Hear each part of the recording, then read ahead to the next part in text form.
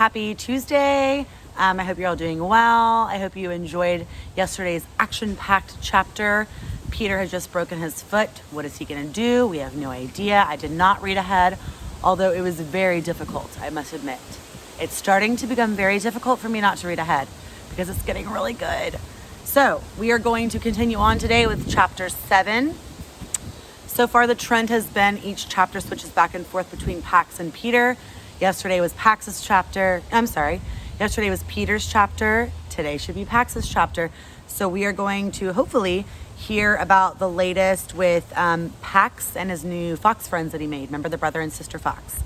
So again, yesterday we left off right when Peter's foot broke. Today we are catching back up with Pax. The last we heard from him, he had ventured off with the two new foxes. Chapter 7.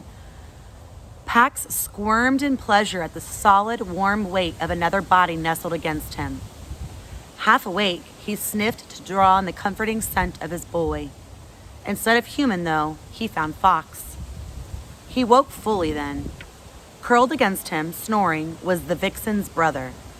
Runt whimpered and fluffed his tail over his snout, still asleep. Pax pulled himself up sharply. He had no practice at dominance, but the situation left him no choice. Go back to your den. When Runt tried to nestle into his chest, Pax nipped him on the shoulder. Runt shook himself awake and rolled to his feet. He didn't duck his head in submission, and he made no move to leave. Play, his position invited instead. In other circumstances, Pax would have welcomed the good-natured little fox's company, but he had no interest in tangling with Bristle again, and in fact, he had no interest in anything besides getting back to his humans. Pax fetched the plastic soldier he'd catched and dropped it as an offering, then warned him away again. After a final pleading look, Runt took the toy in his mouth. Pax followed him out and watched until he slipped into a hole a few tail lengths away. When the thunderstorm had hit, short but violent, with whole sheets of sky splitting open in wrathful cracks, Pax had worked his way into the shallow entrance of an abandoned den not far from the one Bristle shared with her brother before taking measure of his surroundings. Now, in the pale light of the half moon, he took a moment to survey them. The hillside faced south. Here, the roots of the trees seemed to claw at the sandy soil like the brown knuckles of clenched fists. Tucked among them, Pax saw 3 den entrances. Above this hillside, the forest rose to the north and west, back to the road. Below, a vast grassy valley sloped away. It was an ideal location. The hillside perch provided little cover for approaching predators, while the line of trees protected the foxes from the north winds. The meadows smelled abundantly of life. As Pax took all this in, a tension deep within him loosened. It was the same way he'd felt as a kit when, after he'd pushed his food dish to the farthest corner of his boy's nest room 3 times, Peter had finally understood to leave it there. Away from the cold north wall, and with the view of the door where the father entered, sometimes in anger. Safe. But this place was not safe for him. Bristle had warned him that in this same meadow lived an older fox and his mate. He was already facing a challenger from outside and would not tolerate the presence of another lone male. And just then, Pax saw a movement below him. A broad-shouldered alpha with black and gray fur emerged from the brush halfway down the slope and marked a sapling beside him. The big fox began to groom, but with the paw still to his ear, he suddenly pricked his snout into the breeze. Pax bolted up the hill and plunged into the forest undergrowth. He picked up his own scent easily, although it had rained hard. Stopping only for quick licks of water from the leaves, he followed it back to the road. There, Pax caught the lingering scent of the military transport caravan from the day before, but no other traffic had passed since then. He settled himself on the fallen oak trunk again to wait. So it sounds like 2 things. Number 1, foxes must have an excellent sense of smell. Number 2, it sounds like Pax saw the other male fox that Bristle had warned him about and just kind of ran back to where he had started in the first place, ran back to the spot that Peter and his dad, that Peter and his dad had dropped him off at. So he's back at his main spot. Morning brought the shimmery buzz of insect clouds and the chatter of waking birds, but still no traffic sounds on the road. As the sun rose hot and dry, it burned off the rain droplets that had hung from every green shoot. Pax was aware of his hunger now, but his thirst was worse. He'd had nothing to drink since leaving his human's house. His throat was parched and his tongue swollen and thick. He felt dizzy whenever he shifted his position. 100 times a thin scent of water drifted past him, but he never considered abandoning his post for its promise. His humans would come back here. He dug his claws into the wood and strained for the sound of a vehicle on the silent road. An hour passed, and then another. Pax dozed and woke and remembered, and then the wind brought news of something approaching. A fox. The same male he'd seen earlier, the one Bristle had warned him about. The fox's gait was deliberate, showing neither hesitation nor wasted energy. The way his grayed coat draped his frame announced that he was old. As he drew close, Pax saw that even his eyes were clouded gray with age. After offering his scent, Gray settled himself on the grass beside the fallen trunk. He made no move to elevate himself, indicating that he meant no threat. You carry the scent of humans. I lived with them once. They are approaching. A sudden hope rejuvenated Pax.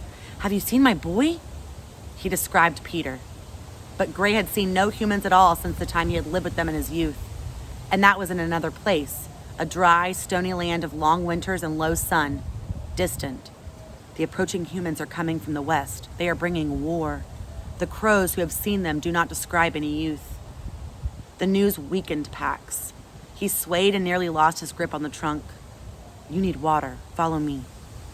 Pax hesitated. His humans could come at any time, but his need for water was urgent. Is it nearby? Can I hear the road from this water? Yes, the stream passes beneath the road. Follow me. Gray's manner, confident but not threatening, calmed Pax. He dropped from his perch and followed. Soon they came to a deep gash in the earth, from which rose the scents of water and of things that grew in rich mud. Pax peered over the edge and saw a silver brook, studded with black stones, glinting between green reeds and purple blossoms. Gray began to angle down cautiously. Lured by the scent of water, Pax scrambled past him, straight down the cut. Halfway there, he lost his footing and skidded the rest of the way. When he righted himself, he stared.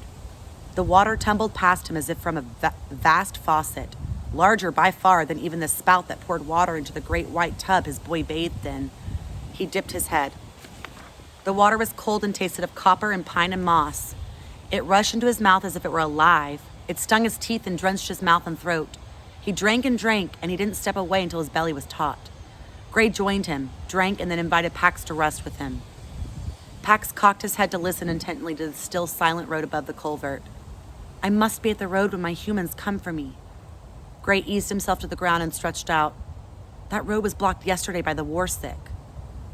Pax thought back to the vehicles that had passed the day before, the ones that smelled like his boy's father's new clothing. It was true that the road had been unused since then, but it didn't matter. My boy will return for me there. No, the crows report this. The road is closed. Pax paced from stone to stone, thrashing his tail as he worked the puzzle. The answer came, I will go to my boy at our home. Where's your home? Pax circled to be sure, although there was no question.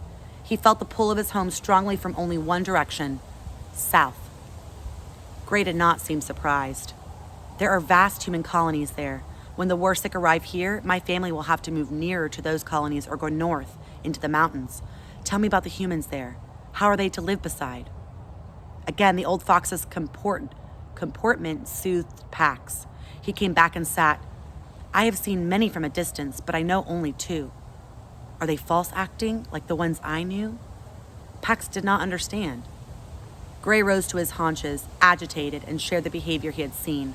A human turning away a starving neighbor, acting as if there was no food in his larder when it was full. A human feigning indifference to a mate she'd chosen. A human enticing a sheep from its flock with a soothing voice and then butchering it.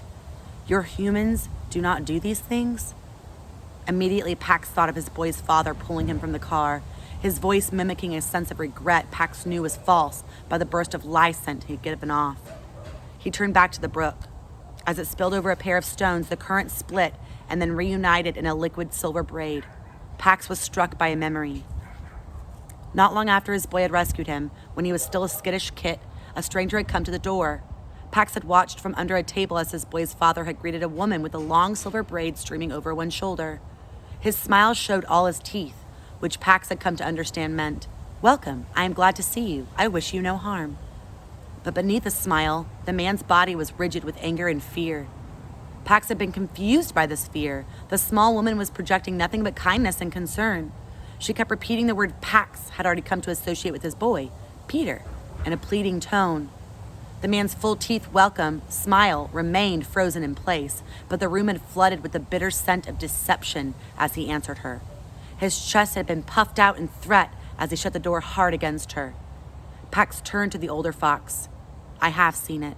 Not in my boy, never in him, but it's true of his father." The old fox seemed to age as he took this in. With visible effort, he rose to his haunches. "Are they still careless? They were careless where I lived with them." "Careless? They plow a field and they slaughter the mice living there with no warning. They dam a river and leave the fish to die. Are they still careless that way?" Once, when Peter's father was about to cut down a tree, Pax had watched Peter climb it to take down a nest and move it to another tree. On cold days, Peter brought fresh straw to Pax's pen. Before he himself ate, he always made sure Pax had food and water. "My boy is not careless." The old fox seemed relieved by this news, but only for a moment. "When war comes, they will be careless." "What is war?" Gray paused. "There is a disease that strikes foxes sometimes.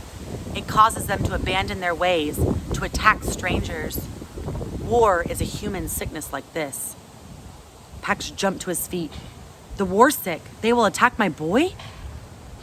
"War came to the land where I lived with humans. Everything was ruined. There was fire everywhere, many deaths, and not only of the war sick, the adult males, children, mothers, elders of their own kind, all the animals. The men who were sick with the disease spilled their chaos over everything in their path." "This same thing is coming?" Gray raised his head in a howl that turned the air itself to sadness. "West of here, where the war is already, where the humans are killing each other, the land is completely ruined. The crows carry the news. The rivers are dammed. The earth is scorched bare. Not even briars will grow. Rabbits and snakes, pheasants and mice, all creatures killed." Pax leaped to the path. He would find his boy before this war came. Gray followed. "Wait, I will travel south with you and search for a new home. Follow me back first." "Back to the meadows? No, the vixen warned me not to return." "The vixen will never welcome you because you have lived with humans." Pax then caught a quick flash of the same scene he'd watched pass between the vixen and her brother. A cold, howling wind, a matted pair of foxes in great distress, a cage of steel clamps, blood staining snow, and then, abruptly, nothing. "But she's not dominant. Follow me back. We will rest and eat, and then we will leave tonight." That's the end of chapter 7. I'm running out of time, guys. Wow. So it turns out the old gray fox is not so bad after all. I think that the sister fox warned Pax about him because he had also lived with humans, and we know that the sister does not like humans. It sounds like maybe humans did something really terrible to her and her brother and maybe some other siblings or her parents. So she does not trust any fox that's been around humans. It sounds like things are picking up really quickly in this book. Peter is on his way down, trying to meet Pax, broke his foot, doesn't know how he's going to walk. Pax just found out that Peter can't travel on the road to find him, so Pax is planning on moving south back to the house. I don't know what's going to happen next. Please leave your comments and your predictions. Please leave your predictions in the comment section below. I miss you guys. I love you. Take care. Wash your hands.